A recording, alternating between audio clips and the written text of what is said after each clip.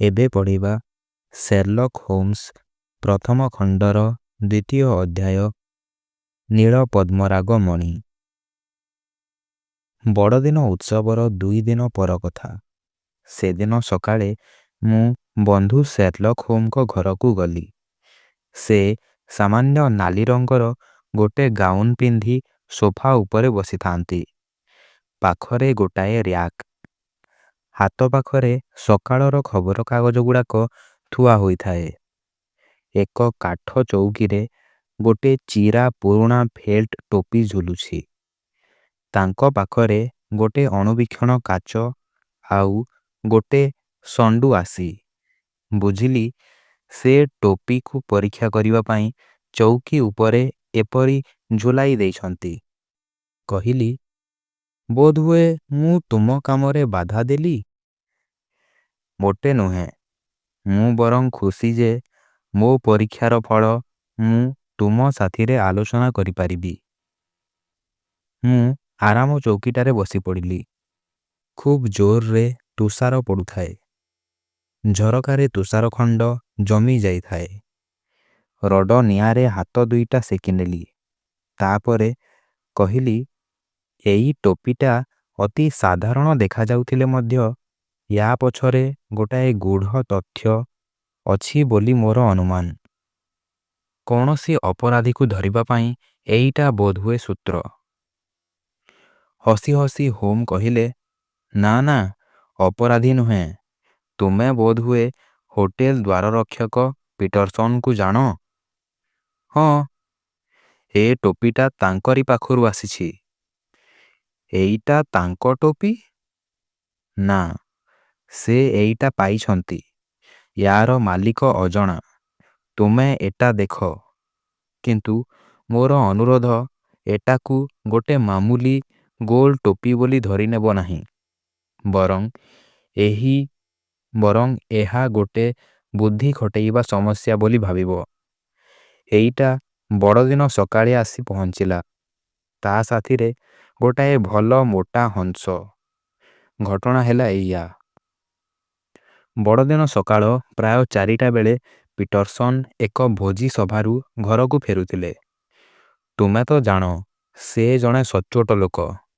ସେ ଦେଖିଲେ ଆଗରେ ଜଣେ ଡେଙ୍ଗା ଲୋକ ଯାଉଛି। ସେ ବଡ଼ ବିଚଳିତ ଜଣାଯାଉଥିଲା। ତା କାନ୍ଧରେ ଗୋଟାଏ ହଂସ। ସେ ରାସ୍ତାର ଗୋଟିଏ ମୋଡ଼ରେ ପହଞ୍ଚିଲା ମାତ୍ରେ କେତେଟା ଗୁଣ୍ଡା ଆଉ ତାଙ୍କ ଭିତରେ ଗଣ୍ଡଗୋଳ ଲାଗିଗଲା। ଗୋଟେ ଗୁଣ୍ଡା ତା ଟୋପିଟା ମାରି ଫିଙ୍ଗିଦେଲା।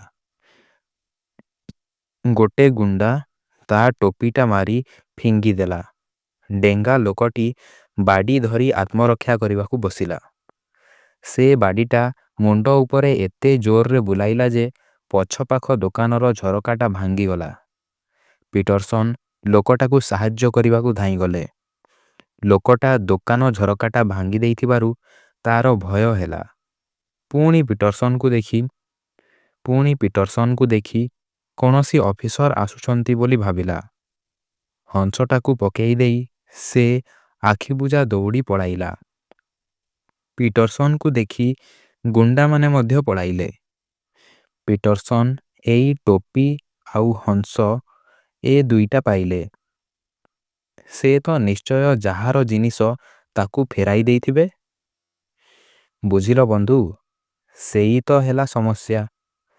ଖଣ୍ଡେ କାଗଜରେ ଶ୍ରୀମତୀ ହେନରୀ ବେକେରଙ୍କ ପାଇଁ ବୋଲି ଲେଖା ହୋଇ ଅବଶ୍ୟ ହଂସ ବାଗୋଡ଼ରେ ବନ୍ଧା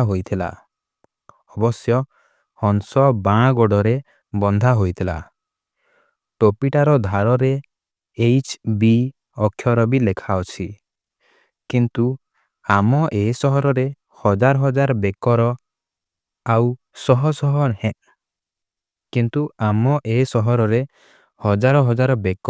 ଆଉ ଶହ ଶହ ହେନରୀ ବେକର ଅଛନ୍ତି। ତେଣୁ ସେମାନଙ୍କ ଭିତରୁ ଏ ଜିନିଷ କାହାର ଜାଣିବା ସହଜ ନୁହେଁ। ପିଟର୍ସନ୍ ତା ହେଲେ କ'ଣ କଲେ? ସେ ଜାଣନ୍ତି ଯେ ଏଇ ଛୋଟ ଛୋଟ ସମସ୍ୟାରେ ମଧ୍ୟ ମୋର ଆଗ୍ରହ। ତେଣୁ ସେ ଦୁଇଟା ଯାକ ଧରି ବଡ଼ଦିନ ସକାଳେ ମୋ ପାଖକୁ ଆସିଲେ। ହଂସଟାକୁ ଆମେ ଆଜି ସକାଳେ ଯାଏ ହଂସଟାକୁ ଆମେ ଆଜି ସକାଳ ଯାଏଁ ରଖିଥିଲୁ। କିନ୍ତୁ ଦେଖିଲୁ ନ ଖାଇ ଆଉ ଡେରି କଲେ ସେଟା ପଚିଯିବ। ତାଙ୍କୁ ହଂସଟା ଦେଇଦେଲି। ଟୋପିଟା ମୁଁ ରଖିଛି। ସେ ଖବରକାଗଜରେ ବିଜ୍ଞାପନ ଦେଇ ନଥିଲେ? ନା। ତେବେ ଏହାର ମାଲିକ କିଏ ଜାଣିବାର କ'ଣ ସୂତ୍ର ଅଛି? କେବଳ ଆମେ ଯାହା କିଛି ଅନୁସରଣ କରିବା। କ'ଣ ଏଇ ଟୋପିଟାରୁ? ଅନ୍ତତଃ ତୁମେ ଥଟ୍ଟା କରୁଛ। ଏଇ ପୁରୁଣା ଫେଲ୍ଟ ଟୋପିଟାରୁ କ'ଣ ଜଣାଯିବ? ଏଇ ନିଅ ଏ ଅଣୁବୀକ୍ଷଣ କାଚ। ତୁମେ ତ ମୋ ପଦ୍ଧତି ଜାଣ। ଦେଖ, ଯେଉଁ ଲୋକ ଏ ଟୋପି ପିନ୍ଧି ସାରିଲାଣି ତା ବିଷୟରେ ତୁମେ କ'ଣ ଜାଣିପାରୁଛ? ମୁଁ ସେଇ ପୁରୁଣା ଟୋପି ହାତରେ ଧରି ଏପଟ ସେପଟ କଲି। ସାଧାରଣ ଟୋପିଟାଏ, କଳା ଆଉ ଗୋଲାକାର, ଟାଣୁଆ ଆଉ ଖୁବ୍ ଚିରା। ନାଲି ସିଲ୍କ ଫିତାରୁ ରଙ୍ଗ ଛାଡ଼ିଗଲାଣି। କାରିଗରର ନାଁ ନାହିଁ, କିନ୍ତୁ ଗୋଟାଏ କଡ଼ରେ H.B. ଅକ୍ଷର ଦୁଇଟା ଲେଖାଥିଲା। ବେକ ତଳେ ବାନ୍ଧିବା ଫିତା ପାଇଁ ଟୋପି ଧାରରେ କଣା ଥିଲା, କିନ୍ତୁ ଫିତା ଖଣ୍ଡିକ ନାହିଁ। ଟୋପିଟା ଚିରା ଫଟା, ଖୁବ୍ ମଇଳା, କେତେ ଜାଗାରେ ଟୋପା ଟୋପା ଦାଗ। ଏହି ଦାଗଗୁଡ଼ାକ ଲୁଚାଇବା ପାଇଁ କେହି ତା ଉପରେ କାଳି ବୋଳିଦେଇଛି। ଟୋପିଟା ସେର୍ଲକ ହୋମ୍ସଙ୍କୁ ଫେରାଇ ଦେଇ ମୁଁ କହିଲି, ମୁଁ ତ କିଛି ଦେଖିପାରୁନାହିଁ। ତୁମେ ବରଂ ସବୁ ଦେଖିପାରୁଛ, ୱାଟସନ୍, କିନ୍ତୁ କୌଣସି ସିଦ୍ଧାନ୍ତରେ ପହଞ୍ଚିବା ପାଇଁ ଚିନ୍ତା କରିପାରୁନାହଁ। ତା ହେଲେ ତୁମେ କ'ଣ ଜାଣିପାରୁଛ ମୋତେ କୁହ। ସେ ଟୋପିଟା ଉଠାଇ ନେଇ ନିରେଖି କରି ଚାହିଁଲେ। ତାପରେ କହିଲେ, ଲୋକଟା ଯେ ଖୁବ୍ ଚତୁର ତାହା ଜଣାଯାଉଛି। ଏବେ ଗରିବ ହୋଇଯାଇଥିଲେ ମଧ୍ୟ ଗତ 3 ବର୍ଷ ତଳେ ସେ ବେଶ୍ ଧନୀ ଥିଲା। ଲୋକଟାର ଦୂରଦୃଷ୍ଟି ଥିଲା, ଏବେ ମଧ୍ୟ ଅଛି, କିନ୍ତୁ ପୂର୍ବାପେକ୍ଷା କମ୍। ଏହା ନୈତିକ ଅବନତିରୁ ଘଟିଛି। ଧନ କମିବା ସଙ୍ଗେ ସଙ୍ଗେ ବୋଧହୁଏ ମଦ ପିଇବା ପରି ଦୁଷ୍କର୍ମର ଏହା ଫଳ। ଏହା ମଧ୍ୟ ପରିଷ୍କାର ଯେ ତା'ର ସ୍ତ୍ରୀ ତାକୁ ଆଉ ଭଲ ପାଉନାହିଁ। ହୋମ୍! ବିସ୍ମୟରେ ମୁଁ ଚିତ୍କାର କରି ପକାଇଲି। ସେ କହିଚାଲିଲେ, ଏବେ ବି ଲୋକଟାର ଆତ୍ମସମ୍ମାନ ଅଛି। ସେ ଅଧିକାଂଶ ସମୟ ବସି ବସି କଟାଏ, ବାହାରକୁ ଖୁବ୍ କମ୍ ଯାଏ। ଲୋକଟାର ଶାରୀରିକ ସ୍ୱାସ୍ଥ୍ୟ ଭଲ ନୁହେଁ। ସେ ମଧ୍ୟବୟସ୍କ, ମୁଣ୍ଡର ବାଳ ଧୂସର ବର୍ଣ୍ଣ। ଏଇ ଅଳ୍ପ ଦିନ ଭିତରେ ସେ ମୁଣ୍ଡର ବାଳ କଟାଇଛି। ସେ ମୁଣ୍ଡରେ ଲାଇମ୍ କ୍ରିମ୍ ବ୍ୟବହାର କରେ। କଥାଗୁଡ଼ା ବେଶ୍ ଜଣାଯାଉଛି। ଆଉ ମଧ୍ୟ ତାଙ୍କ ଘରେ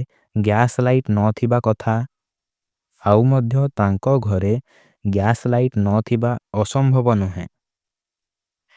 ତୁମେ ନିଶ୍ଚୟ ଥଟ୍ଟା କରୁଛ। ତୁମେ ମୋତେ ବୋକା କହିପାର, ହେଲେ ମୁଁ ତୁମ କଥା କିଛି ବୁଝିପାରୁନାହିଁ।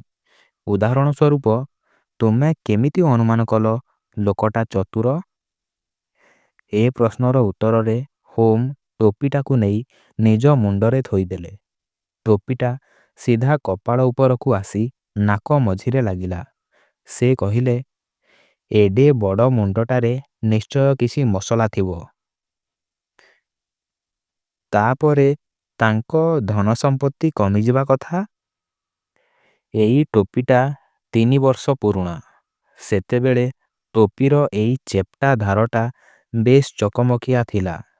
ଏହା ଏକ ଉତ୍କୃଷ୍ଟ ଧରଣର ଟୋପି। ଏଇ ସିଲ୍କ ପଟି ଆଉ ସୁନ୍ଦର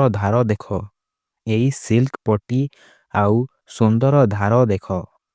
3 ବର୍ଷ ତଳେ ଲୋକଟା ଏତେ ଦାମିକା ଟୋପି କିଣିପାରିଥିଲା। ଏ ଭିତରେ ସେ ଆଉ ଟୋପି କିଣିନାହିଁ। ତେଣୁ ସେ ନିଶ୍ଚୟ ଏ ଭିତରେ ଗରିବ ହୋଇଯାଇଛି। ଆଚ୍ଛା, ଏଟା ବେଶ ପରିଷ୍କାର ହୋଇଗଲା। କିନ୍ତୁ ଦୂରଦୃଷ୍ଟି ଆଉ ନୈତିକ ଅବନତି କଥା? ହୋମ୍ ହସିଲେ। ବେକ ଫିତା ପାଇଁ ଟୋପିରେ ହୋଇଥିବା କଣାରେ ଆଙ୍ଗୁଠି ଦେଇ କହିଲେ, ଏଇ ଦୂରଦୃଷ୍ଟି। କୌଣସି ଟୋପି ଏପରି ବେକ ଫିତା ଥାଇ ବିକ୍ରି ହୁଏ ନା। ଏ ଲୋକ ଯଦି ବରାଦ ଦେଇ ଏହା କରାଇଛି, ତେବେ ତାହା ଦୂରଦୃଷ୍ଟିର ଚିହ୍ନ। ପବନରେ ମୁଣ୍ଡରୁ ଟୋପି ଉଡ଼ି ନ ଯିବା ପାଇଁ ସେ ଏହା କରିଛି। କିନ୍ତୁ ଏବେ ଆମେ ଦେଖୁଛେ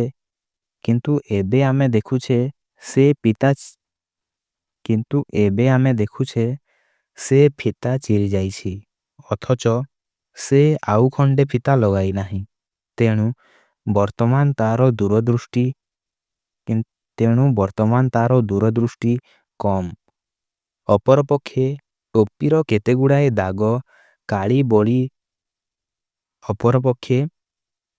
କେତେଗୁଡ଼ାଏ ଦାଗ କାଳି ବୋଳି ସେ ଲୁଚାଇବାକୁ ଚେଷ୍ଟା କରିଛି। ତେଣୁ ଲୋକଟା ଯେ ତାର ଆତ୍ମସମ୍ମାନ ସମ୍ପୂର୍ଣ୍ଣ ହରାଇ ନାହିଁ, ତାହା ସ୍ପଷ୍ଟ। ଅନ୍ୟ ବିଷୟଗୁଡ଼ିକ ହେଲା ସେ ମଧ୍ୟବୟସ୍କ, ତା ମୁଣ୍ଡର ବାଳ ଧୂସର, ତାହା ଏବେ କଟା ହୋଇଛି, ଆଉ ସେ ଲାଇମ୍ କ୍ରିମ୍ ବ୍ୟବହାର କରେ। ଟୋପିଟାର ତଳପାଖ ଭଲ ଭାବରେ ଦେଖିଲେ ଏହା ଜଣାଯିବ। ଏଇ ଲେନ୍ସରେ ଦେଖାଯାଉଛି କେତେକ ଛୋଟ ଛୋଟ ବାଳ କୌଣସି ଭଣ୍ଡାରୀ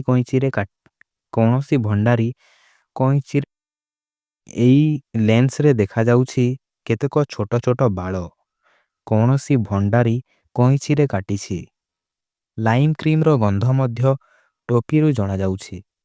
ଟୋପିରେ ଲାଗିଥିବା ଧୂଳି ବାହାରର ଧୂଳି ନୁହେଁ, ଘର ଭିତରର ଧୂଳି। ସେଥିରୁ ଜଣାଯାଉଛି ଟୋପିଟା ବେଶୀ ସମୟ ଘରେ ଝୁଲୁଥାଏ। ଟୋପିର ଭିତର ପାଖଟା ଓଦାଳିଆ ଦିଶୁଛି। ତେଣୁ ଟୋପି ପିନ୍ଧିଲାବାଲା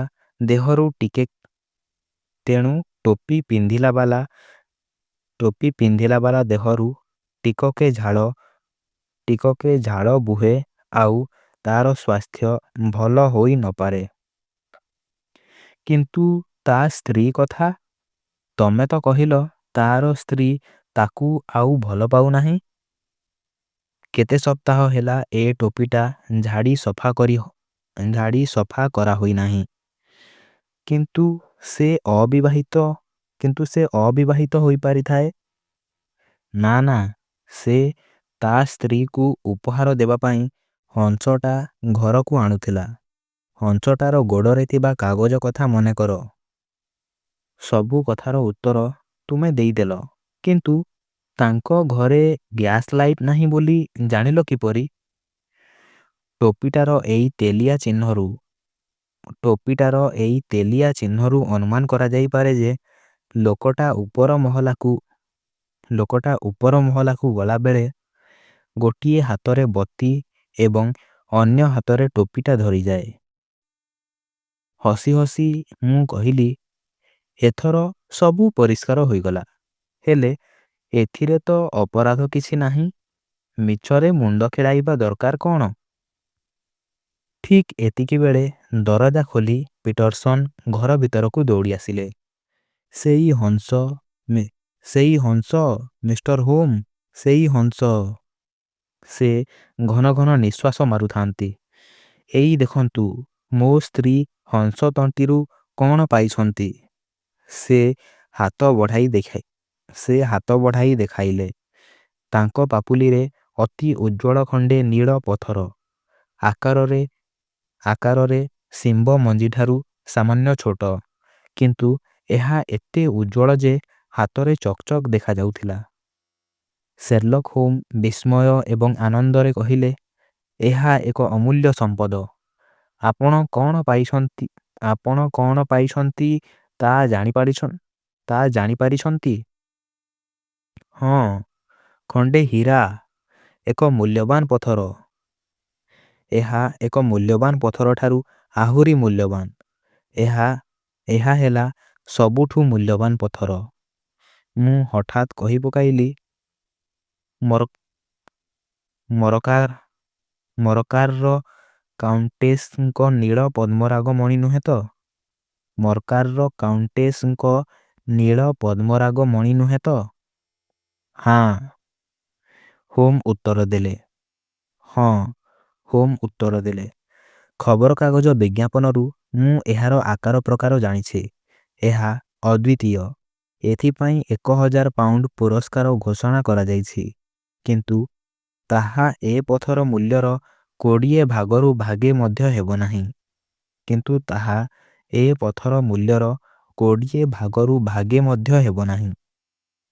1000 ପାଉଣ୍ଡ!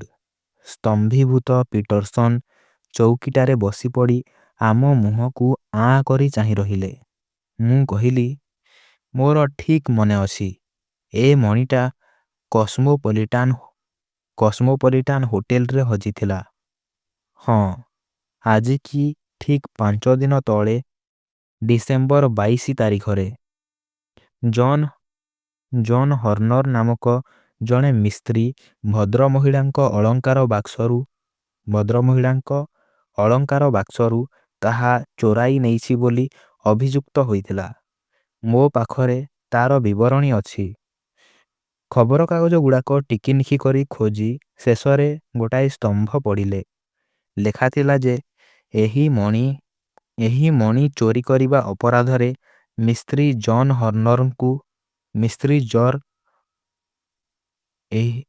ଖବରକାଗଜରେ ଲେଖାଥିଲା ଯେ ଏହି ମଣି ଚୋରି କରିବା ଅପରାଧରେ ମିସ୍ତ୍ରୀ ଜନ୍ ହର୍ଣ୍ଣରଙ୍କୁ ଅଭିଯୁକ୍ତ କରାଯାଇଛି। ହୋଟେଲର ଜଣେ ପରିଚାରକ ଜେମ୍ସ ରାଇଡର ସାକ୍ଷ୍ୟ ଦେଇଛି ଯେ ଚୋରି ହେଲା ଦିନ ସେ ଗୋଟାଏ ଜାଲି ମରାମତି କରିବା ପାଇଁ ଜନ୍ ହର୍ଣ୍ଣରକୁ କାଉଣ୍ଟେସ୍ଙ୍କ କୋଠରୀକୁ ନେଇ ଯାଇଥିଲା। କିଛି ସମୟ ପାଇଁ ରାଇଡର ଅନ୍ୟ କାମରେ ଚାଲିଗଲା। ସେ ଫେରି ଦେଖିଲା ଯେ ହର୍ଣ୍ଣର ନାହିଁ। ଟେବଲର ଡ୍ରୟାର ଜବରଦସ୍ତି ଖୋଲାଯାଇଛି। ଛୋଟ ଗହଣା ବାକ୍ସ ଡ୍ରେସିଂ ଟେବୁଲ ଉପରେ ଖାଲି ପଡ଼ିଛି। ରାଇଡର ଡାକ ପକାଇଲା। ସେଦିନ ସନ୍ଧ୍ୟାରେ ଜନ୍ ହର୍ଣ୍ଣରକୁ ଆରେଷ୍ଟ କରାଗଲା। ମଣିଟା କିନ୍ତୁ ତା ପାଖରେ ନଥିଲା। କାଉଣ୍ଟେସ୍ଙ୍କ ଚାକରାଣୀ କାଥେରାଇନ୍ କୁସାକ୍ ମଧ୍ୟ ଏଇ ଚୋରି ବିଷୟରେ ସାକ୍ଷ୍ୟ ଦେଇଥିଲେ। ପୂର୍ବରୁ ଥରେ ଚୋରି ଅପରାଧରେ ହର୍ଣ୍ଣର ସଜା ପାଇଥିଲା। ତେଣୁ ମାଜିଷ୍ଟ୍ରେଟ କେସ୍ଟା ସେସନ୍ସ ବିଚାର ପାଇଁ ପଠାଇଦେଲେ। ହର୍ଣ୍ଣର କିନ୍ତୁ ବରାବର ନିର୍ଦ୍ଦୋଷ ବୋଲି ପ୍ରତିବାଦ କରି ଆସିଛି। କାଗଜଟା ଗୋଟାଏ କଡ଼କୁ ଥୋଇଦେଇ ହୋମ୍ କହିଲେ, ଗୋଟାଏ ପାଖରେ ଖାଲି ଗହଣା ବାକ୍ସ, ଆଉ ଗୋଟାଏ ପାଖରେ ହଂସର ତଣ୍ଟି। ଆମକୁ ଏଇଥିରୁ ସମସ୍ୟାଟାର ସମାଧାନ କରିବାକୁ ହେବ। ଏଇ ହେଲା ମଣିଟା। ଏଟା ମିଳିଲା ହଂସଠାରୁ, ଆଉ ହଂସଟା ଆସିଲା ଏଇ ଟୋପିର ମାଲିକ ହେନରୀ ବେକର ପାଖରୁ। ଆମେ ଏଇ ଭଦ୍ରଲୋକଙ୍କୁ ଖୋଜି ବାହାର କରିବା, ଆଉ ଦେଖିବା ଏ ରହସ୍ୟରେ ତାଙ୍କର ଭୂମିକା କ'ଣ। ମୋତେ ଗୋଟେ ପେନସିଲ ଆଉ ଖଣ୍ଡେ କାଗଜ ଦିଅ। ସେଦିନ ସନ୍ଧ୍ୟା ଖବରକାଗଜରେ ପ୍ରକାଶ କରିବା ପାଇଁ ହୋମ୍ ଗୋଟାଏ ବିଜ୍ଞାପନ ଲେଖିଲେ। ଲେଖାହେଲା, ଗୁଜଷ୍ଟ୍ରିଟରୁ ଗୋଟାଏ ହଂସ ଆଉ ଗୋଟାଏ କଳା ଫେଲ୍ଟ ଟୋପି ମିଳିଛି। ମିଷ୍ଟର ହେନରୀ ବେକର 221 ବି ବେକର ଷ୍ଟ୍ରିଟକୁ ଆସି ତାହା ନେଇଯାଇପାରନ୍ତି। ଏଇ ଯଥେଷ୍ଟ, ସେ କହିଲେ। କିନ୍ତୁ ସେ ଏ ବିଜ୍ଞାପନ ଦେଖିବ ତ? ମୁଁ ପଚାରିଲି। ନିଶ୍ଚୟ, କାରଣ ସେ ବିଚରା ଗରିବ ଲୋକ। କ୍ଷତିଟା ତାଙ୍କ ପାଇଁ କିଛି କମ୍ ନୁହେଁ।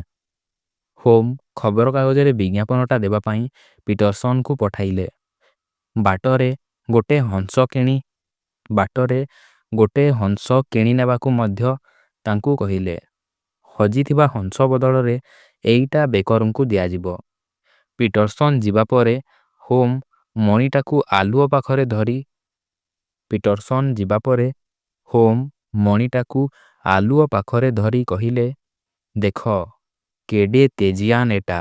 ଏଇ ମଣି ଦକ୍ଷିଣ ଚୀନରୁ ମିଳିଥିଲା। ପଦ୍ମରାଗ ମଣିର ସବୁ ଲକ୍ଷଣ ଏଥିରେ ଅଛି। ପାର୍ଥକ୍ୟ ଏତିକି ଯେ ପଦ୍ମରାଗ ମଣି ନାଲି କିନ୍ତୁ ଏହା ନୀଳବର୍ଣ୍ଣ। ୟା ପଛରେ ଅଛି ଏକ ଅଶୁଭ ଇତିହାସ। ଏଇ ମଣି ପାଇଁ 2ଟା ମର୍ଡର, ଗୋଟାଏ ଏସିଡ୍ ପକା, ଗୋଟାଏ ଆତ୍ମହତ୍ୟା ଆଉ ଅନେକ ଚୋରି ଡକାୟତି ହୋଇଯାଇଛି। ମୁଁ ଏଟା ଆଲମାରୀ ଭିତରେ ଚାବି ଦେଇ ରଖି କାଉଣ୍ଟେସ୍ଙ୍କୁ ଫୋନରେ ଜଣାଇଦେବି ଯେ ମଣିଟା ଆମେ ପାଇଛୁ। ଏଇ ହର୍ଣ୍ଣର ଲୋକଟା ନିର୍ଦ୍ଦୋଷ ବୋଲି କ'ଣ ତୁମେ ମନେ କର? ମୁଁ କହିପାରୁନାହିଁ। ଆଚ୍ଛା, ହେନରୀ ବେକର ଏ ଘଟଣାରେ ସମ୍ପୃକ୍ତ ବୋଲି ତୁମେ ମନେ କରୁଛ? ମୁଁ ଭାବୁଛି ହେନରୀ ବେକର ନିରୀହ। ସେ ନେଇଯାଉଥିବା ହଂସର ମୂଲ୍ୟ ଯେ କେତେ ସେ ବିଷୟରେ ତା'ର ଧାରଣା ନଥିଲା। ଯଦି ଆମ ବିଜ୍ଞାପନ ପାଇ ସେ ଆସନ୍ତି ତେବେ ଖୁବ୍ ସହଜରେ ମୁଁ ତାଙ୍କୁ ପରୀକ୍ଷା କରିନେବି। ସେଦିନ ସନ୍ଧ୍ୟାରେ ମୁଁ ପୁଣି ବେକର ଷ୍ଟ୍ରିଟ୍କୁ ଗଲି। ହୋମ୍ଙ୍କ ଘର ପାଖରେ ପହଞ୍ଚି ଦେଖିଲି ଜଣେ ଡେଙ୍ଗା ଲୋକ ବାହାରେ ଅପେକ୍ଷା କରିଛି।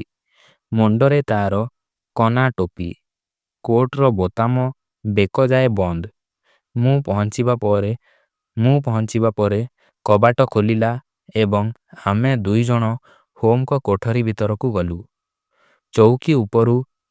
ଚୌକି ଉପରୁ ଉଠି ହୋମ୍ କହିଲେ, ମୋର ବିଶ୍ୱାସ ଆପଣ ମିଷ୍ଟର ହେନରୀ ବେକର। ଦୟାକରି ନିଆଁ ପାଖେ ଏଇ ଚୌକିରେ ବସନ୍ତୁ।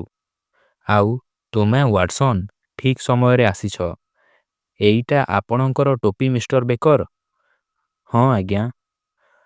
ଆପଣ ଖବରକାଗଜରେ ବିଜ୍ଞାପନ ଦେଲେ ନାହିଁ? ସାମାନ୍ୟ ହସି ଟିକିଏ ଲାଜ ହୋଇ ଭଦ୍ରଲୋକ କହିଲେ, ମୋ ଅବସ୍ଥା ଆଗେ ସ୍ୱଚ୍ଛଳ ଥିଲା, ଏବେ ଆଉ ନାହିଁ। ତେଣୁ ଏଇ ଟୋପି ଆଉ ହଂସ ପାଇବା ପାଇଁ ମୁଁ ଆଉ ପଇସା ଖର୍ଚ୍ଚ କରିବାକୁ ମନ କଲି ନାହିଁ। ତେବେ କଥା କ'ଣ କି ଆମେ ବାଧ୍ୟ ହୋଇ ସେ ହଂସଟାକୁ ଖାଇଦେଲୁ। ଖାଇଦେଲେ?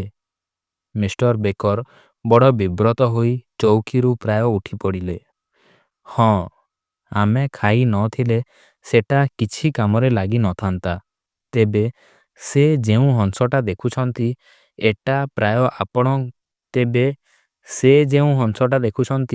ଏଟା ପ୍ରାୟ ଆପଣଙ୍କ ହଂସ ସଙ୍ଗେ ସମାନ। ମୋର ଆଶା ଏଟା ନେଲେ ଆପଣଙ୍କର ଚଳିବ। ନିଶ୍ଚୟ। ମିଷ୍ଟର ବେକର ସ୍ୱସ୍ତିର ନିଶ୍ୱାସ ମାଇଲେ। ଅବଶ୍ୟ ଆପଣଙ୍କ ହଂସଟାର ପର, ଗୋଡ଼ ଆଉ ଥଣ୍ଟ ଆଦି ଆମେ ରଖିଛୁ। ଆପଣ ଯଦି ଇଚ୍ଛା କରନ୍ତି। ମିଷ୍ଟର ବେକର ଖୁବ୍ ହସି ଉଠିଲେ। ସେ କହିଲେ, ସେଗୁଡ଼ାକ କେବଳ ସେଦିନର ସ୍ମୃତି ଛଡ଼ା ଅନ୍ୟ କିଛି କାମରେ ଆସିବ ନାହିଁ। ଏଇ ଯେଉଁ ହଂସଟା ଅଛି ଏଟା ବେଶ୍ ଚମତ୍କାର। ମୁଁ ଏଇଟା ନେବି। ସେର୍ଲକ ହୋମ୍ ମୋ ଆଡ଼କୁ କଣେଇ ଚାହିଁଲେ। ତା'ପରେ ମିଷ୍ଟର ବେକରଙ୍କୁ କହିଲେ, ତେବେ ନିଅନ୍ତୁ, ଏଇ ଆପଣଙ୍କ ଟୋପି ଆଉ ହଂସ। ଆଚ୍ଛା, ଆପଣ ସେ ହଂସଟା କେଉଁଠୁ ଆଣିଥିଲେ? ସେଭଳି ଭଲ ହଂସ ମୁଁ ପ୍ରାୟ ଦେଖି ନାହିଁ। ନିଶ୍ଚୟ। ଯାଦୁଘର ପାଖ ଆଲଫା ପାନ୍ଥଶାଳା ଆପଣ ଜାଣନ୍ତି। ଆମେ ସବୁ ସେଠିକି ଯାଉ। ଏ ବର୍ଷ ତା'ର ମାଲିକ ଗୋଟାଏ ହଂସ କ୍ଲବ ଆରମ୍ଭ କଲେ। ଆମେ ପ୍ରତି ସପ୍ତାହରେ କିଛି ପଇସା ଦେଲୁ। ତା ବଦଳରେ ବଡ଼ଦିନରେ ସେ ଆମକୁ ଗୋଟାଏ ହଂସ ଦେବା କଥା।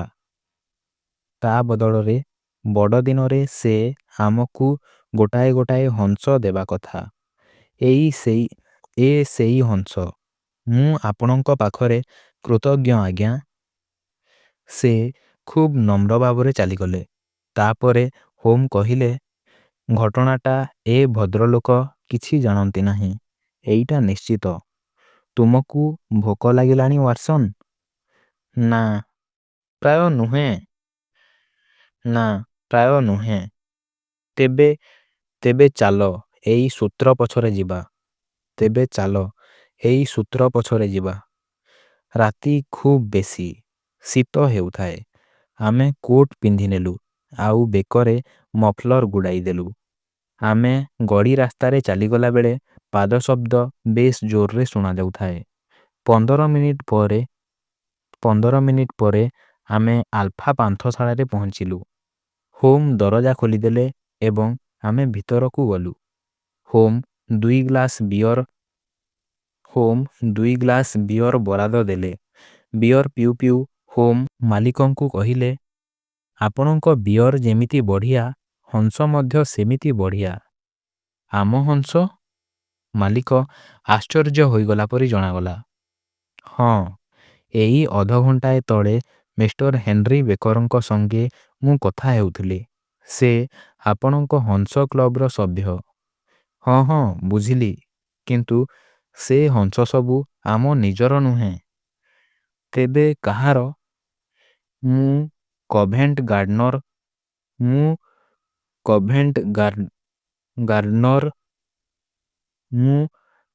ଗାର୍ଡନର ଜଣେ ଦୋକାନୀଠାରୁ 2 ଡର୍ଜନ ହଂସ କିଣିଥିଲି। ତାଙ୍କ ନାଁ ବ୍ରେକିନରିଜ୍। ମୁଁ ତାଙ୍କୁ ଚିହ୍ନେ ନାହିଁ। ହଉ, ଏଇ ପଇସା ରଖନ୍ତୁ। ଆମେ ବାହାରକୁ ଆସିଲୁ। ପବନ ହେମାଳିଆ ଥାଏ। ହୋମ୍ କହିଲେ, ଏଥର ବ୍ରେକିନରିଜ୍ଙ୍କ ପାଖକୁ। ମନେରଖ, ଗୋଟାଏ ପାଖରେ ସାମାନ୍ୟ ହଂସଟାଏ, କିନ୍ତୁ ଅନ୍ୟ ପାଖରେ ଜଣେ ଲୋକ। ସେ ନିର୍ଦ୍ଦୋଷ ବୋଲି ଆମେ ପ୍ରମାଣ କରି ନ ପାରିଲେ ବିଚରା ଅନ୍ତତଃ 7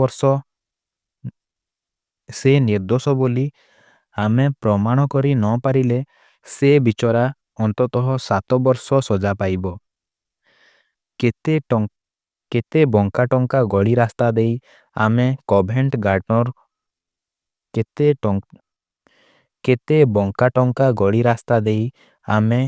କଭେଣ୍ଟ ଗାର୍ଡନରେ ପହଞ୍ଚିଲୁ। ଗୋଟାଏ ବଡ଼ ଦୋକାନରେ ବ୍ରେକିନରିଜ୍ ବୋଲି ଲେଖା ହୋଇଥିଲା। ଗୋଟାଏ ପିଲା ଦରଜା ବନ୍ଦ କରୁଥିଲା। ଦୋକାନର ମାଲିକ ତାକୁ ସାହାଯ୍ୟ କରୁଥିଲେ। ଶୁଭରାତ୍ରି। ଆଜି ଖୁବ୍ ଶୀତ ହେଉଛି, ହୋମ୍ କହିଲେ। ବିକ୍ରି କରିବା ଲୋକ ମୁଣ୍ଡ ହଲାଇ ହଁ କଲା। ମାର୍ବଲର କେତେକ ଶିଳ ଆଡ଼କୁ ହାତ ଠାରି ହୋମ୍ କହିଲେ, ହଂସ ମିଳିବ ବୋଧହୁଏ। କାଲି ସକାଳେ କାହିଁକି 500ଟା ମୁଁ ଦେଇପାରିବି। କାଲି ସକାଳେ ଗୋଟିଏ କାହିଁକି 500ଟା ମୁଁ ଦେଇପାରିବି। ଲୋକଟା ଉତ୍ତର ଦେଲା। ତା ହେଲେ ଚଳିବ ନାହିଁ, ହୋମ୍ କହିଲେ। ଦୋକାନ ମାଲିକ କହିଲେ, ଆଗରେ ଯେଉଁ ଦୋକାନରେ ଗ୍ୟାସ୍ ଆଲୁଅ ଜଳୁଛି, ସେଠି ମିଳିବ। ହେଲେ ଆପଣଙ୍କ ଦୋକାନ ମୋତେ ସୁପାରିଶ କରାଯାଇଥିଲା। କିଏ ସୁପାରିଶ କରିଥିଲା? ଆଲଫାର ମାଲିକ। ହଁ, ମୁଁ ତାଙ୍କୁ 2 ଡର୍ଜନ ହଂସ ଦେଇଥିଲି। ସେଗୁଡ଼ାକ ଖୁବ୍ ବଢ଼ିଆ ହଂସ। ଆଚ୍ଛା, ଆପଣ ସେ ସବୁ କେଉଁଠାରୁ ପାଇଥିଲେ? ଆଶ୍ଚର୍ଯ୍ୟ କଥା ଯେ ଏ ପ୍ରଶ୍ନରେ ଲୋକଟା ରାଗି ଉଠିଲା। ଆଚ୍ଛା, ଆପଣଙ୍କର ଉଦ୍ଦେଶ୍ୟ କ'ଣ? ସେ ପଚାରିଲା। ମୁଁ ଜାଣିବାକୁ ଚାହେଁ, ଆପଣ ଆଲଫାକୁ ଯେଉଁ ହଂସ ଦେଇଥିଲେ, ତା କାହାଠାରୁ ପାଇଥିଲେ? ମୁଁ କହିବି ନାହିଁ। କିଛି ଯାଏ ଆସେ ନାହିଁ। ହେଲେ ଏଇ ସାମାନ୍ୟ କଥାରେ ଆପଣ ଏମିତି ରାଗିବାର କିଛି କାରଣ ତ ମୁଁ ଦେଖୁନାହିଁ। ମୁଁ ରାଗିଲି? ମୋ ପରି ବ୍ୟସ୍ତ ଥିଲେ ଆପଣ ବି ରାଗିଥାନ୍ତେ। ହଂସଗୁଡ଼ା କେଉଁଠୁ ଆଣିଲେ, କାହାକୁ ବିକିଲେ, ଆପଣ କ'ଣ ଭାବୁଛନ୍ତି ଦୁନିଆରେ କେବଳ ସେତିକି ହଂସ ଥିଲେ? ତା ଉପରେ ଏତେ ଚର୍ଚ୍ଚା କାହିଁକି? ହୋମ୍ କହିଲେ, ଅନ୍ୟ କେହି ଯଦି ଏ ହଂସ ବିଷୟରେ କିଛି ପଚାରିଥାନ୍ତି, ତାଙ୍କ ସଙ୍ଗେ ମୋର କିଛି ସମ୍ବନ୍ଧ ନାହିଁ। ଆପଣ ଯଦି ନ କହିବେ ତେବେ ବାଜିଟା ଏଇଠି ଶେଷ ହେଲା। ବେଶ୍ ସେତିକି।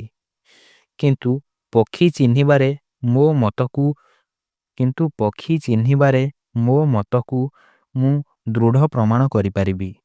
ଏଇ ହଂସଟା ଏଇ ହଂସଟା ଦେଶୀ ବୋଲି ମୁଁ 5 ପାଉଣ୍ଡ ବାଜି ରଖିଛି। ତାହେଲେ ଆପଣ 5 ପାଉଣ୍ଡ ହରାଇଲେ। କାରଣ ସେ ହଂସଟା ମୋତେ କିନ୍ତୁ କାରଣ ସେ ହଂସଟା ମୋଟେ ଦେଶୀ ନୁହେଁ। ସେଟା ଉନ୍ନତ ସହରୀ ଛୁଆ। ମୁଁ କହୁଛି ମୋଟେ ସହରୀ ନୁହେଁ। ମୁଁ କହୁଛି ହଁ।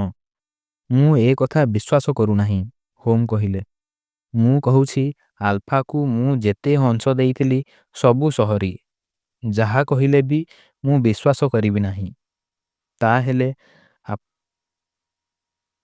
ତାହେଲେ ଆପଣ ବାଜି ରଖିବେ? ତାହେଲେ ଆପଣ ବାଜି ରଖିବେ? ମୁଁ ଏକ ସଭରେନ୍ ବାଜି ରଖିଲି। ମୁଁ ଏକ ସଭରେନ୍ ବାଜି ରଖିଲି ଖାଲି ଆପଣଙ୍କ ଜିଦ୍ ଭାଙ୍ଗିବା ପାଇଁ। ଆପଣ ନିଶ୍ଚୟ ହାରିବେ। ଲୋକଟା ହସ ଚାପି ଦାନ୍ତ କାମୁଡ଼ି କହିଲା, ଠିକ୍ ଅଛି, ବିଲ୍ ବହିଗୁଡ଼ା ନେଇଆ। ସେଇ ଛୋଟ ପିଲା ଗୋଟେ ପତଳା ଆଉ ଗୋଟେ ମୋଟା ବହି ଆଣି ଆଲୁଅ ପାଖରେ ଥୋଇଲା। ଲୋକଟା କହିଲା, ଏଇ ଦେଖନ୍ତୁ, ଏଇ ପତଳା ବହିଟା, ଏଇ ଦେଖନ୍ତୁ, ଏଇ ପତଳା ବହିଟା। ଏଟା ହେଲା ମୁଁ ଯାହାଠାରୁ କିଣେ ତାଙ୍କର ତାଲିକା। ଏଇ ପୃଷ୍ଠାରେ ଗାଉଁଲି ଲୋକଙ୍କ ନାଁ। ଆର ପୃଷ୍ଠାରେ ନାଲି ଅକ୍ଷରରେ ଯେଉଁ ଲେଖା ହୋଇଛି ସେ ହେଲା ସହରୀ ଲୋକଙ୍କ ନାଁ। ଏଇ ତୃତୀୟ ନାଁଟା ଦେଖନ୍ତୁ, ପଢ଼ନ୍ତୁ। ହୋମ୍ ପଢ଼ିଲେ। ମିସେସ୍ ଓକ୍ସଟ୍ 117 ବ୍ରିକ୍ଷ୍ଟନ୍ ରୋଡ଼, ଅଣ୍ଡା ଓ କୁକୁଡ଼ା ଯୋଗାଇବାବାଲା। ଏଥର ଆର ବହିଟା ଖୋଲନ୍ତୁ। ହୋମ୍ ପୃଷ୍ଠା ଓଲଟାଇ ଗଲେ। ଲୋକଟା କହିଲା, ଏଇଠି ଦେଖନ୍ତୁ, ମିସେସ୍ ଓକ୍ସଟ୍ 117 ବ୍ରିକ୍ଷ୍ଟନ୍ ରୋଡ଼, ଅଣ୍ଡା ଏବଂ କୁକୁଡ଼ା ଯୋଗାଇବାବାଲା। ସବା ଶେଷ ଯୋଗାଇବା ତାରିଖ କେବେ? ଡିସେମ୍ବର 22 ତାରିଖ। 24ଟା ହଂସ। ଦାମ 7 ଶିଲିଂ 6 ପେନ୍ସ କରି। ଠିକ୍ ଅଛି। ତା ତଳେ କ'ଣ ଲେଖା ଅଛି ପଢ଼ନ୍ତୁ। ଠିକ୍ ଅଛି। ତା ତଳେ କ'ଣ ଲେଖା ଅଛି ପଢ଼ନ୍ତୁ। ଲୋକଟା କହିଲା, ଆଲଫାର ମାଲିକ ୱିଣ୍ଡିଗେଟଙ୍କୁ ଗୋଟା 12 ଶିଲିଂରେ ବିକ୍ରି କରାଗଲା। ସେର୍ଲକ୍ ହୋମ୍ ହତୋତ୍ସାହ ଆଉ ବିରକ୍ତ ହେଲାପରି ଜଣାଗଲା। ପକେଟରୁ ଗୋଟାଏ ସଭରେନ୍ ବାହାର କରି ପକାଇ ଦେଇ ସେ ବାହାରି ଆସିଲେ। ଟିକିଏ ଦୂର ଆସିଲା ପରେ ସେ ଖୁବ୍ ଜୋରରେ ହସି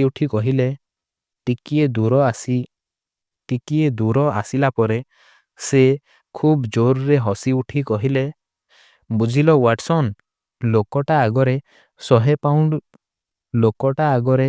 100 ପାଉଣ୍ଡ ଥୋଇ ଦେଇଥିଲେ ମଧ୍ୟ ସେ ଏତେ ଖବର ଦେଇ ନଥାନ୍ତା। ଏମିତିକା ଲୋକଙ୍କ ପାଖରୁ କଥା ଆଦାୟ କରିବାକୁ ହେଲେ ଏଇଭଳି ବାଜି ମାରିବା ଦରକାର। ଆଚ୍ଛା, ଆମେ ଏବେ ମିସେସ୍ ଓକ୍ସଟଙ୍କ ପାଖକୁ ଯିବା। ଆମେ ଏବେ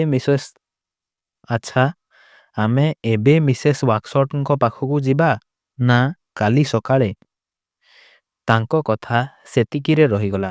ଦୋକାନ ପାଖରେ ଖୁବ୍ ପାଟିତୁଣ୍ଡ ଶୁଣାଗଲା। ବୁଲିପଡ଼ି ଆମେ ଦେଖିଲୁ, ଦୋକାନ ବାହାରେ ଆଲୁଅରେ ଜଣେ ପତଳା ଲୋକ ଠିଆ ହୋଇଛି। ଦୋକାନୀ ବ୍ରେକିନରିଜ୍ ହାତମୁଠା କରି ଖୁବ୍ ରାଗରେ ହଲାଉଛି। ଗର୍ଜି ଉଠି ସେ କହିଲା, ତୁମ ହଂସ ଆଉ ତୁମେ ମୋତେ ବେଶ ପାଠ ଶିଖେଇଲଣି। ତୁମ ହଂସ ଆଉ ତୁମେ ମୋତେ ବେଶ ପାଠ ଶିଖେଇଲଣି। ଆଉ ଆସି ଗୋଳମାଳ କଲେ କୁକୁର ଲଗେଇଦେବି। ଯା ମିସେସ୍ ଓକ୍ସଟଙ୍କୁ ଏଠିକି ଡାକି ଆଣ। ମୁଁ ତାକୁ ଜବାବ ଦେବି। ମୁଁ ତୁମଠାରୁ ହଂସ କିଣିଥିଲି? କାନ୍ଦ କାନ୍ଦ ହୋଇ ପତଳା ଲୋକଟା କହିଲା, ନାହିଁ ଯେ, ହେଲେ ସେଥିରେ ମୋର ଗୋଟେ ହଂସ ଥିଲା। ସେ କଥା ମିସେସ୍ ଓକ୍ସଟଙ୍କୁ କହିବ। ଆପଣଙ୍କୁ ପଚାରିବାକୁ ସେ ମୋତେ କହିଲେ। ମୁଁ ଖୁବ୍ ଫଳ ପାଇଲିଣି। ଚାଲିଯାଅ। ଦୋକାନୀ ରାଗରେ ସେଇ ପତଳା ଲୋକଟା ଆଡ଼କୁ ମାଡ଼ି ଆସିଲା। ବିଚରା ଭୟରେ ପଳାଇଗଲା। ଚୁପ୍ ଚୁପ୍ କରି ହୋମ୍ କହିଲେ, ଆମକୁ ଆଉ ବ୍ରିକ୍ସଟନ୍ ରୋଡ଼ ଯିବାକୁ ପଡ଼ିବ ନାହିଁ। ମୋ ପଛରେ ଆସ। ଆମକୁ ଆଉ ବ୍ରିକ୍ସଟନ୍ ରୋଡ଼ ଯିବାକୁ ପଡ଼ିବ ନାହିଁ। ମୋ ପଛରେ ଆସ। ଖୁବ୍ ଶୀଘ୍ର ହୋମ୍ ଲୋକଟା ପାଖକୁ ଲାଗିଯାଇ ତା କାନ୍ଧରେ ହାତ ପକାଇଦେଲେ। ଚମକି ଉଠି ଲୋକଟା ବୁଲି ପଡ଼ିଲା। ଦେଖିଲି ତା ମୁହଁ ଏକାବେଳକେ ଶୁଖିଯାଇଛି। ଥରିଲା ଗଳାରେ ସେ ପଚାରିଲା,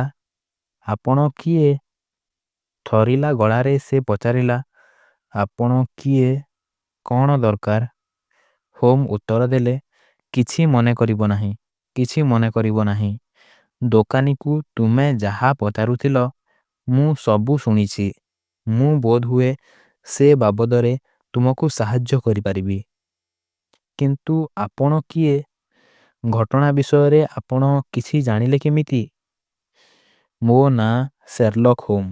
ଅନ୍ୟମାନେ ଯାହା ଜାଣିପାରନ୍ତି ନାହିଁ ତାହା ଜାଣିବା ହେଲା ମୋର କାମ। କିନ୍ତୁ ଆପଣ ଏ ବିଷୟରେ କିଛି ଜାଣିପାରି ନଥିବେ। ମୁଁ ସବୁ ଜାଣେ। ତୁମେ ଗୋଟାଏ ହଂସ ଖୋଜୁଛ। ସେ ହଂସଟା ବ୍ରିକ୍ସଟନ୍ ରୋଡ଼ର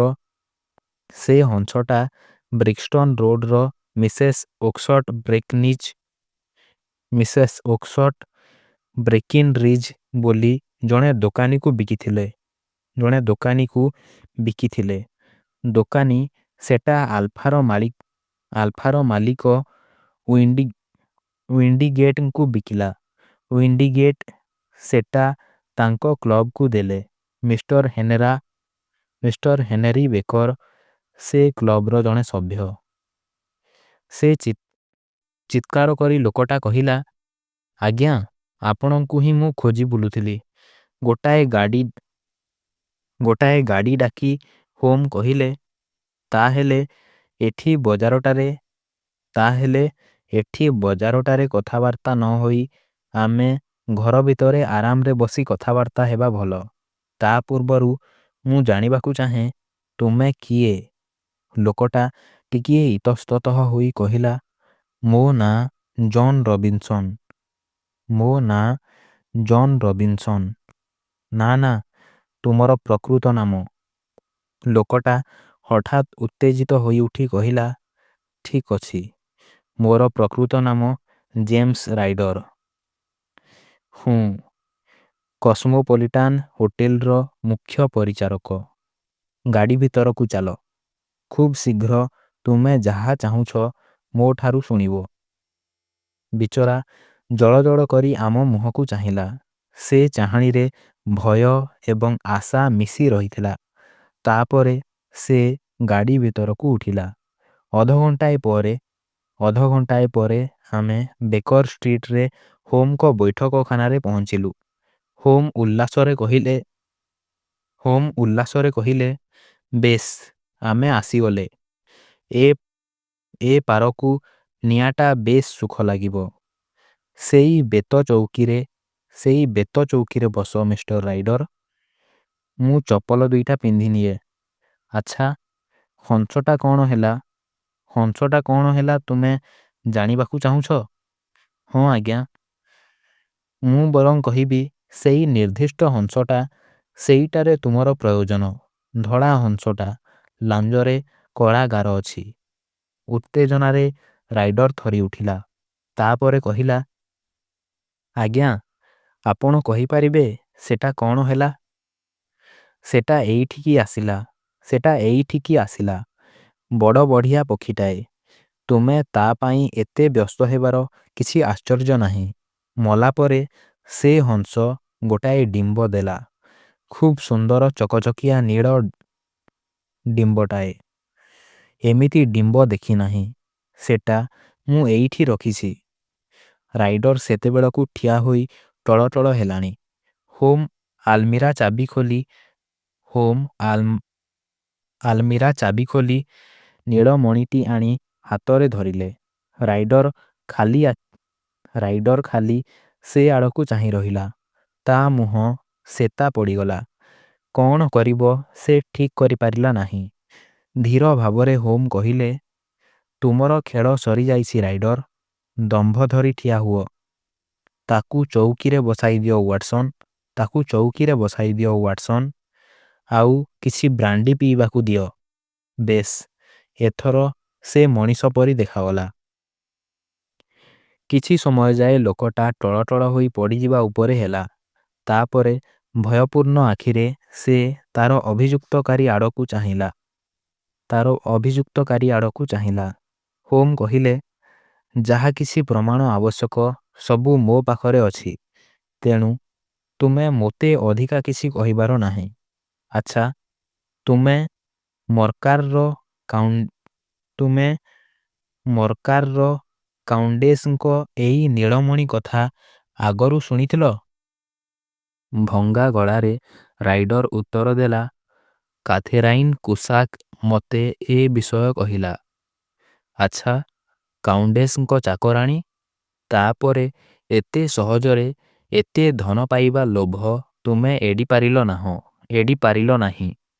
ମୁଁ ଦେଖୁଛି ତୁମେ ଗୋଟାଏ ନିରାଧମ ବା ଶୟତାନ ହେବାକୁ ବସିଲଣି। ତୁମେ ଜାଣିଥିଲ ଯେ ମିସ୍ତ୍ରୀ ହର୍ଣ୍ଣର ଆଗରୁ ଏଇଭଳି କିଛି ଘଟଣାରେ ଅଭିଯୁକ୍ତ ହୋଇଥିଲା। ତେଣୁ ତାକୁ ସନ୍ଦେହ କରାଯିବ। ତାପରେ ତୁମେ କ'ଣ କଲ? ତୁମେ ଆଉ ଏଇ ଅପରାଧରେ ତୁମର ସାଥୀ କୁସାକ୍ ଗୋଟେ ଉପାୟ କଲ। କାଉଣ୍ଡେସଙ୍କ କୋଠରୀରେ କିଛି କାମ କରିବା ପାଇଁ ତୁମେ କୌଣସି ପ୍ରକାରେ ହର୍ଣ୍ଣରକୁ ଡକାଇ ଆଣିଲ। ସେ ଚାଲିଯିବା ପରେ ତୁମେ ଗହଣା ବାକ୍ସ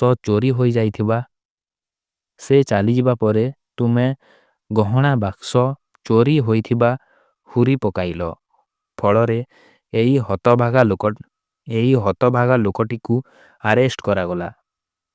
ରାଇଡର ଲମ୍ବ ହୋଇ ଗାଲିଚା ଉପରେ ପଡ଼ିଗଲା। ହୋମଙ୍କ ପାଦ ଦୁଇଟାକୁ ଜାବୁଡ଼ି ଧରି କହିଲା, ମୋତେ ଦୟା କରନ୍ତୁ ଆଜ୍ଞା। ମୋ ବାପା ମା'ଙ୍କ କଥା ଚିନ୍ତା କରନ୍ତୁ। ଏ କଥା ଶୁଣିଲେ ସେମାନେ ମରିଯିବେ। ଆଗରୁ କେବେ ହେଲେ ମୁଁ ଏମିତି ଭୁଲ କରିନାହିଁ। ନିୟମ କରି କହୁଛି, ଆଉ କେବେ କରିବି ନାହିଁ।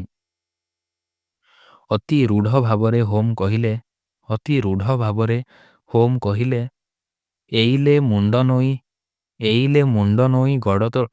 ଏଇଲେ ମୁଣ୍ଡ ନୋଇ ଗୋଡ଼ ତଳେ ପଡ଼ିବାଟା ଭାରି ସହଜ।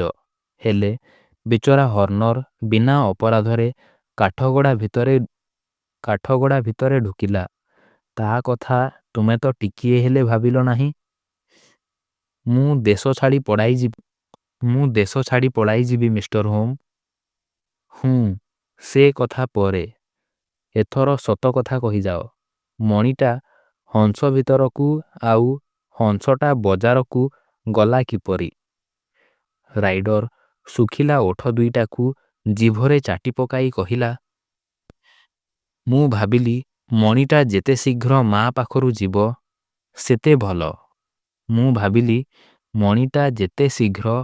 ପାଖରୁ ଯିବ ସେତେ ଭଲ। ହୋଟେଲରେ ଲୁଚାଇ ରଖିବା ପାଇଁ ସେମିତି ଜାଗା ନଥିଲା। ମୁଁ ବାହାରକୁ ଯାଇ ସିଧା ମୋ ଭଉଣୀ ଘରକୁ ପଳେଇଲି। ସେ ମିଷ୍ଟର ଓକ୍ସଟଙ୍କୁ ବାହା ହୋଇ ବ୍ରିକ୍ଷ୍ଟନ ରୋଡ଼ରେ ରହୁଥିଲା। ସେଠି ସେ ବିକିବା ପାଇଁ ପକ୍ଷୀ ପାଳୁଥିଲା। ମୋ ଦେହ ମୁହଁରୁ ଗମ ଗମ ମୋ ଦେହ ମୁହଁରୁ ଗମ ଗମ ଝାଳ ବୋହି ଯାଉଥାଏ। ମୁଁ କାହିଁକି ଏଡ଼େ ଶୁଖିଲା ଦିଶୁଛି ମୁଁ କାହିଁକି ଏଡ଼େ ଶୁଖିଲା ଦିଶୁଛି ବୋଲି ମୋ ଭଉଣୀ ପଚାରିଲା। ମୁଁ ତାକୁ କହିଲି ଯେ ହୋଟେଲରେ ମଣି ଚୋରି ଯୋଗୁଁ ମୁଁ ବିବ୍ରତ ହୋଇପଡ଼ିଛି। ତାପରେ ମୁଁ ଘର ପଛକୁ ଯାଇ ଖଣ୍ଡେ ସିଗାରେଟ ଟାଣିଲି। ଆଉ କ'ଣ କରିବି ଭାବିଲି। କାନ୍ଥକୁ ଆଉଜି ମୁଁ ହଂସଗୁଡ଼ାଙ୍କ ଆଡ଼କୁ ଚାହିଁଥାଏ। ହଠାତ୍ ମୋ ମୁଣ୍ଡରେ ଗୋଟାଏ ଉପାୟ ଢୁକିଲା। ଆଗରୁ ମୋ ଭଉଣୀ ମୋତେ କହିଥିଲା ଯେ ବଡ଼ଦିନକୁ ସେ ମୋତେ ଗୋଟେ ହଂସ ଦବ। ମୁଁ ବାଛି କରି ଗୋଟେ ନେଇଯିବି। ଭାବିଲି ମୁଁ ଏବେ ହଂସଟା ନେଇଯିବି ଆଉ ତା ଭିତରେ ମଣିଟାକୁ ନେଇ କିଲବନରେ ଥିବା ମୋର ସାଙ୍ଗ ପାଖକୁ ଚାଲିଯିବି। ଅଗଣାଟାରେ ଅଳ୍ପ ଛାଇ ଥିଲା। ତାରି ପାଖରୁ ମୁଁ ଗୋଟେ ପକ୍ଷୀ ଘଉଡ଼ି ନେଲି। ଖୁବ୍ ବଡ଼ ଧଳା ହଂସଟାଏ। ଲାଞ୍ଜରେ ତାର କଳା ଗାର। ସେଟାକୁ ଧରି ମୁଁ ତା ଥଣ୍ଟ ମେଲା କଲି। ତାପରେ ମଣିଟା ତା ଭିତରେ ପୂରାଇ ଦେଇ ଆଙ୍ଗୁଠି ପାଇବା ଯାଏ ଠେଲିଦେଲି। ହଂସଟା ସେଟାକୁ ଗିଳିଦେଲା। ମଣିଟା ତା କଣ୍ଠ ନଡ଼ି ଦେଇ ତଣ୍ଟିକୁ ଚାଲିଗଲା। କିନ୍ତୁ ପକ୍ଷୀଟା ଫଡ଼ଫଡ଼ ହେଲା। ଶବ୍ଦ ଶୁଣି ମୋ ଭଉଣୀ ଦେଖିବାକୁ ଆସିଲା। ସେଠି କ'ଣ କରୁଛ ଜେମ୍? ସେ ମୋତେ ପଚାରିଲା। କିଛି ନାହିଁ, ମୁଁ ଉତ୍ତର ଦେଲି। ତୁ ମୋତେ ଗୋଟେ ହଂସ ଦେବାକୁ କହିଥିଲୁ ନା? ମୁଁ ଦେଖୁଥିଲି କୋଉଟା ମୋଟା ରୋଟା। ଆମେ ତୋ ପାଇଁ ଗୋଟେ ବାଛି ରଖିଛୁ, ସେଇ ବଡ଼ ଧଳାଟା। ନାଇଁ, ମୁଁ ଏଇଲେ ଯେଉଁଟା ଧରିଥିଲି ସେଇଟା ନେବି, ମୁଁ କହିଲି। ସେ କହିଲା, ଆରଟା କିନ୍ତୁ ବେଶି ଓଜନିଆ। ତୋରି ପାଇଁ ମୁଁ ସାଇତିଛି। କିଛି ଯାଏ ଆସେ ନାହିଁ। ମୁଁ ସେ ଆରଟା ନେବି ଆଉ ଏଇଲେ ମୁଁ ନେଇଯିବି, ମୁଁ କହିଲି। ଯାହା ତୋ ଇଚ୍ଛା, ସେ କହିଲା। କେଉଁଟା ତୋ ମନ? ସେଇ ମଝିରେ ଯେଉଁ ବଡ଼ ଧଳାଟା, ତା ଲାଞ୍ଜରେ କଳା ଗାର ଅଛି। ବେଶ୍ ଭଲ କଥା। ସେଟାକୁ ମାରି ତୁ ନେଇଯା। ମୁଁ ହଂସଟାକୁ ମାରି ସିଧା କିଲବରନ୍ ପଳାଇଗଲି। ମୋ ସାଥୀକୁ ସବୁ କଥା କହିଲି। ହସି ହସି ସେ ବେଦମ୍ ହୋଇଗଲା। ତାପରେ ଗୋଟେ ଛୁରୀ ଆଣି ଆମେ ହଂସଟାକୁ କାଟିଲୁ। ତା ଭିତରେ ମଣିର କିଛି ଚିହ୍ନ ବି ନଥିଲା।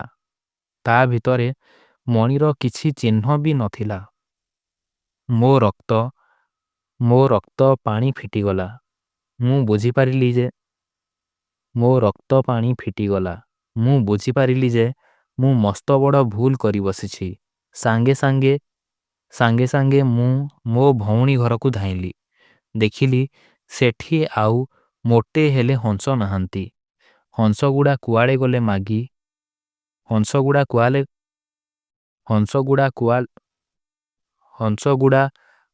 ଗଲେ ମାଗି, ମୁଁ ପଚାରିଲି।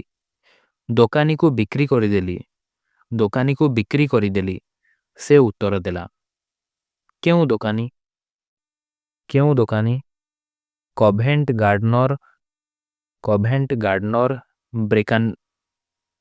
କଭେଣ୍ଟ ଗାର୍ଡନର ବ୍ରେକିନରିଜ୍। ଆଚ୍ଛା, ତା ଭିତରେ ଲାଞ୍ଜରେ କଳା ଗାର ଥିବା ହଂସ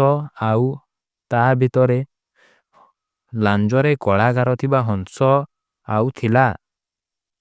ଆଚ୍ଛା, ତା ଭିତରେ ଲାଞ୍ଜରେ କଳା ଗାର ଥିବା ହଂସ ଆଉ ଥିଲା?